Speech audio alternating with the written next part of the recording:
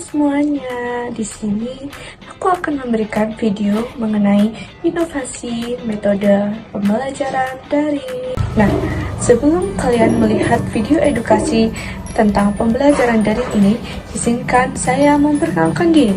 Saya Nadia Salvana Farah dari mahasiswa Universitas Negeri Malang, Fakultas Ekonomi dan Bisnis, Prodi S1 Pendidikan Ekonomi.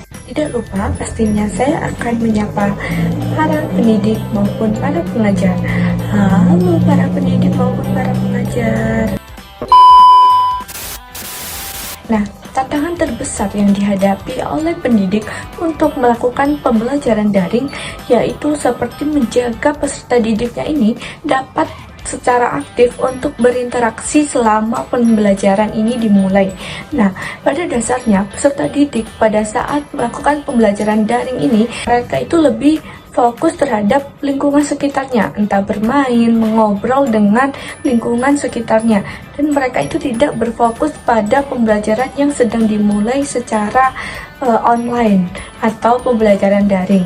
Ketika kita menggunakan metode bahan ajar baru dalam pembelajaran daring, seperti metode yang sudah saya jelaskan tadi dengan metode yang menarik dan kreatif, pastinya akan membuat peserta didik itu lebih fokus untuk mendengarkan pembelajaran yang kita sampaikan. Tentunya, agar peserta didik dapat berinteraksi secara aktif dalam pembelajaran daring, kita harus mempertimbangkan metode yang akan kita gunakan dalam pembelajaran daring. Karena pada dasarnya peserta didik lebih gampang bosan ketika hanya mendengarkan dan melihat contohnya pembelajaran yang sering kali digunakan oleh para pengajar, yaitu seperti PPT yang bahkan slide-nya atau kalimatnya yang digunakan itu sangat banyak, sehingga menjadikan peserta didik itu bosan untuk melihat dan mendengarkan, sehingga mereka itu tidak berperan aktif dalam pembelajaran. Nah, kenapa sih kok saya harus melihat video ini? Nah, pastinya dalam video ini saya akan memberikan ide-ide yang sangat praktis untuk digunakan sebagai metode bahan ajar yang akan digunakan pada proses pembelajaran daring. Nah, tentunya akan memberikan pengalaman yang sangat menyenangkan untuk peserta didik agar mereka itu lebih aktif dalam proses pembelajaran daring. Nah, yang pertama, kita dapat menggunakan aplikasi Google Classroom. Nah, yang pertama, ketika kita menggunakan aplikasi di Google Classroom, kita dapat memanfaatkan fitur komentar di setiap tugas, seperti memberikan penjelasan langsung sesuai dengan topik yang sudah ditentukan.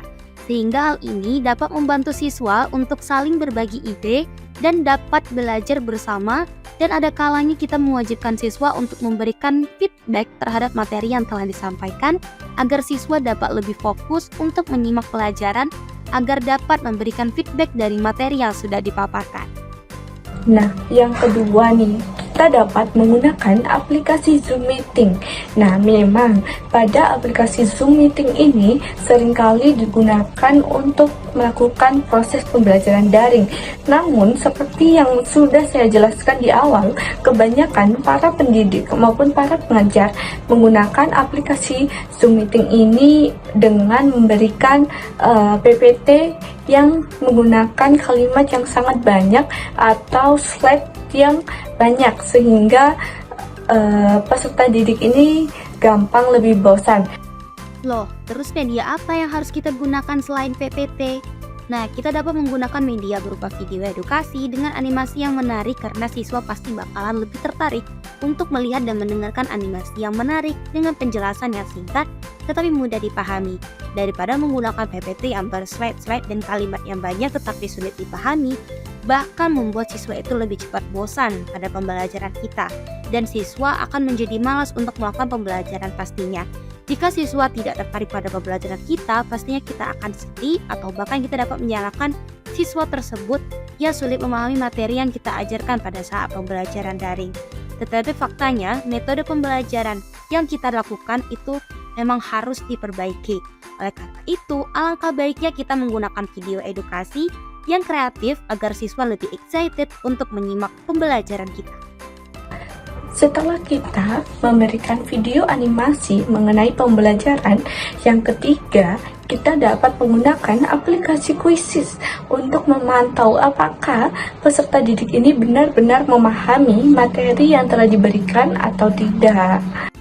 Namun, pada aplikasi Quizzes kita harus langsung memaparkan nilai dari hasil kuis yang sudah siswa kerjakan. Hal ini dapat membantu untuk meningkatkan daya tarik siswa untuk belajar lagi jika nilai yang didapatkan tidak memuaskan. Nah, seperti yang sudah saya jelaskan tadi, terdapat banyak cara yang dapat digunakan dalam metode bahan ajar dalam pembelajaran daring, mulai dari platform kolaborasi hingga video animasi. Ketika kita menggunakan metode bahan ajar baru dalam pembelajaran daring, seperti metode yang sudah saya jelaskan tadi dengan metode yang menarik dan kreatif, pastinya akan membuat peserta didik itu lebih fokus untuk mendengarkan pembelajaran yang kita sampaikan. Terima kasih telah menonton video edukasi dari saya. Jika kalian mempunyai ide maupun pengalaman menarik dalam mengelola metode pembelajaran daring, tulis di kolom komentar ya. Bye-bye, sampai jumpa.